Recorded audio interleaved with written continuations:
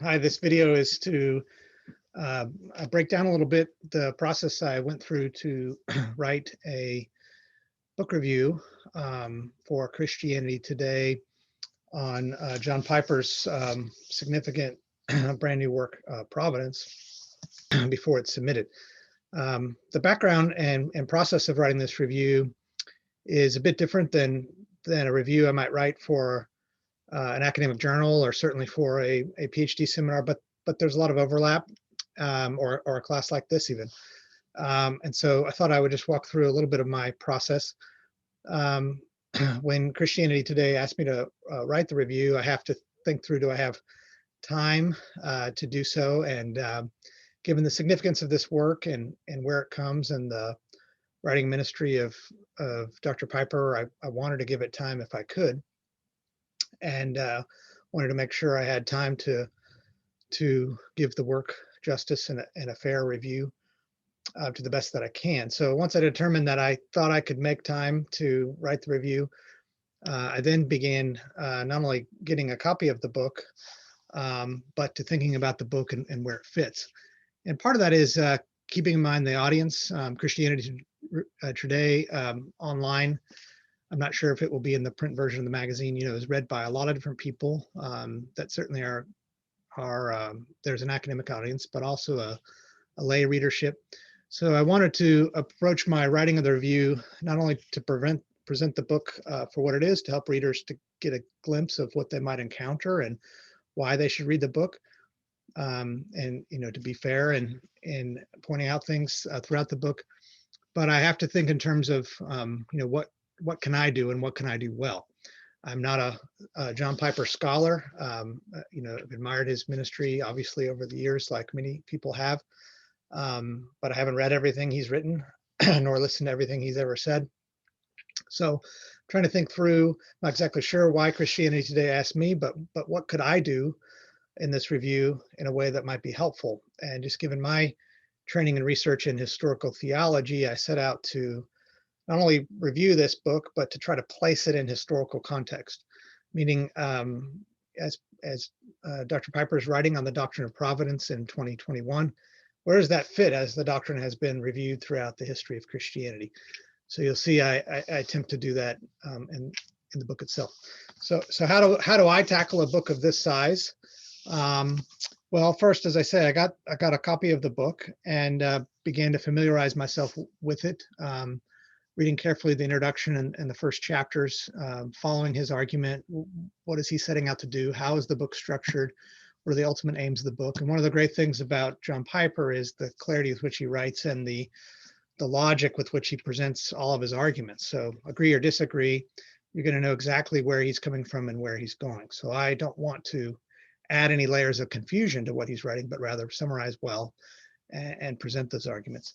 In addition, I needed to do some review of the history of the doctrine of providence for myself.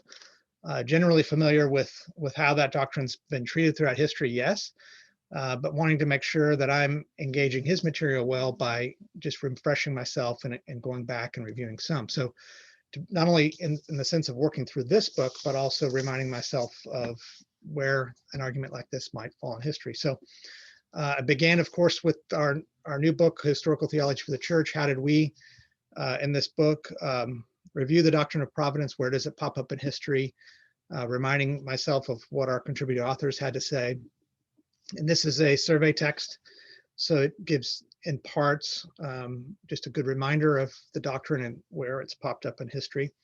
But to give me a refresher and a shortcut to primary sources, I spent a lot of time with Greg Allison's Historical Theology, and particularly, I think it's chapter 13, and just reading through that very, very carefully, making notes and tracking the sources. One of the great things about this book is the way Dr. Allison points you to primary sources.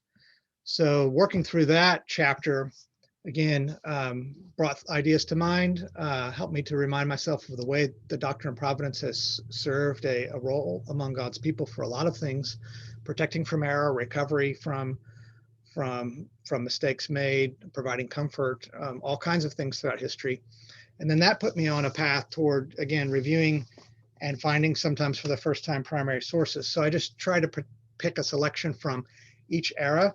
So again, for a review of this size, 1,200 to 1,500 words, it's not a major research paper. I'm just trying to cut straight to main primary sources. And for me, that's often the Library of Christian Classics volumes or other standard works, depending on the era. But I'm looking at some early works of Tertullian and Augustine in the early church.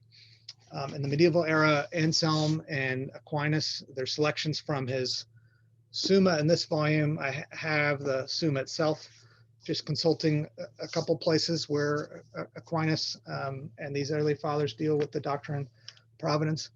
And then because Dr. Piper is clearly writing from and out from and consistent with the Reformed tradition, and he says he's not trying to do anything new there. I spent a bit of time with Calvin and his institutes. Calvin, there's a lot of parallels, I think, with the writing of Calvin in his era and the writing of John Piper in our own. You have a pastor theologian writing primarily as that, writing with great clarity, writing almost in a timeless fashion.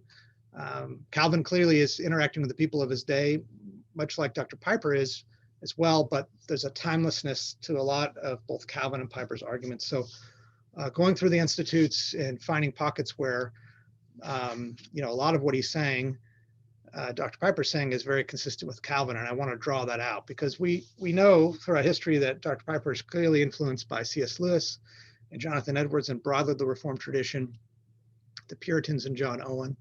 But with this doctrine, the doctrine of providence, there's a lot of Calvin floating under the surface and as well. And I think it's important to pull those things together.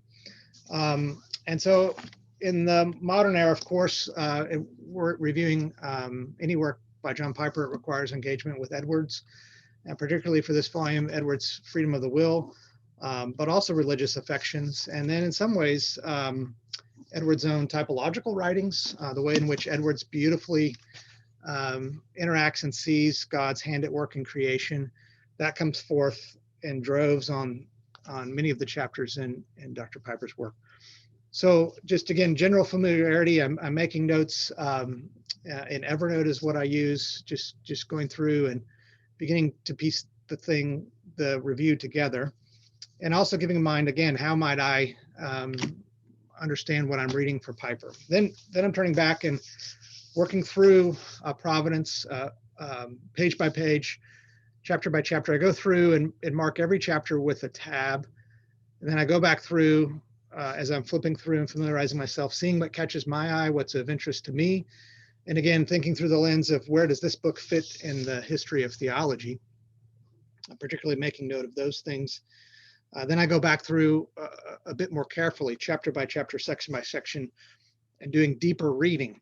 Obviously, in the amount of time I have to review this book, I'm not able to read every page, but I'm able to work through every page, if that makes sense. So I do feel like I've gone through the book quite thoroughly, and the places where I need to spend extended period of time following his arguments, following his notes, seeing what sources he cites. One of the beautiful things about John Piper's theological method is it is so grounded and rooted in Scripture. It's clearly informed by theologians and a theological tradition, but there's not a lot of notation of such or pointing to such. And but where he does do that, it's important to take notes. So I want to follow his own arguments and represent them well.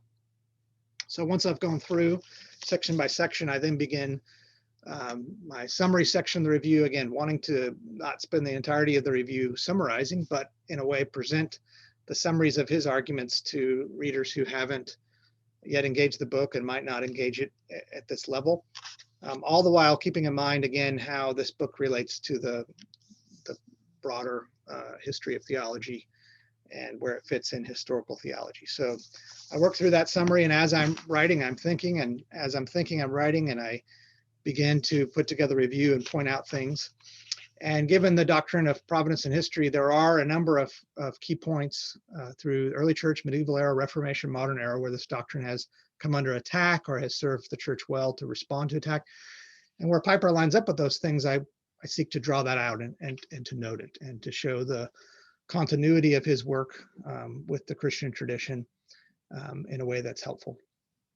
Final thing that I'm sort of giving thought and prayer to as I'm working through all this is how I might introduce the review and conclude the review in a way that's captivating in a good way to readers, but also helps frame what I think is the legacy of Dr. Piper's work. And in a sense, I do mean to honor Dr. Piper with this review as best that I'm able. I do draw upon a character from one of C.S. Lewis's novels and use that character as I think, an exemplar of a lot of what Dr. Piper's doing in this era and how he continues to serve younger generations and all those who continue to read him, and seeking to work all that together. So once I get a solid draft of the whole review put together, I know it's not finished, and I know that there are lapses in my thinking. The word count's a little bit too long at this point. I do two things. One, I send it over to my provost fellow, my research fellow, Mike Brooks, who's a very capable editor, and I let him take a look at what I've done and await sort of his feedback. And then the other thing I did at this phase is I was familiar with Justin Taylor's 2015 dissertation on the life and thought of John Piper, and I didn't read it before I wrote the review. I wanted to see if I could place Piper for myself in history, but then I did go in and after I've written the review, consult Justin's dissertation, and particularly even searching his dissertation for how he deals with the doctrine of providence in Dr. Piper's thought, seeing if I put my finger on Piper's influences in a helpful way. Lewis, Daniel Fuller, of course, Jonathan Edwards, Piper's use of scripture.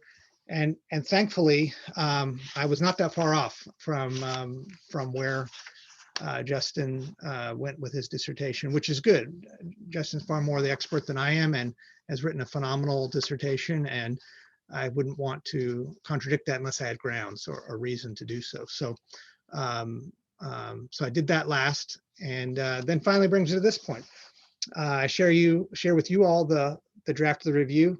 I'd love for you to take a look and grade it, if you will, much like I'm grading your work, and send me any comments or thoughts you have, keeping in mind the things I've said, the audience in Christianity Today for whom I'm writing, and then what I'm seeking to do uniquely, not review every chapter of every page of every chapter, not a heavy academic critique, but rather seeking to illuminate really the wonderful treasures that are in this book and how this fits in the whole host of the history of historical theology.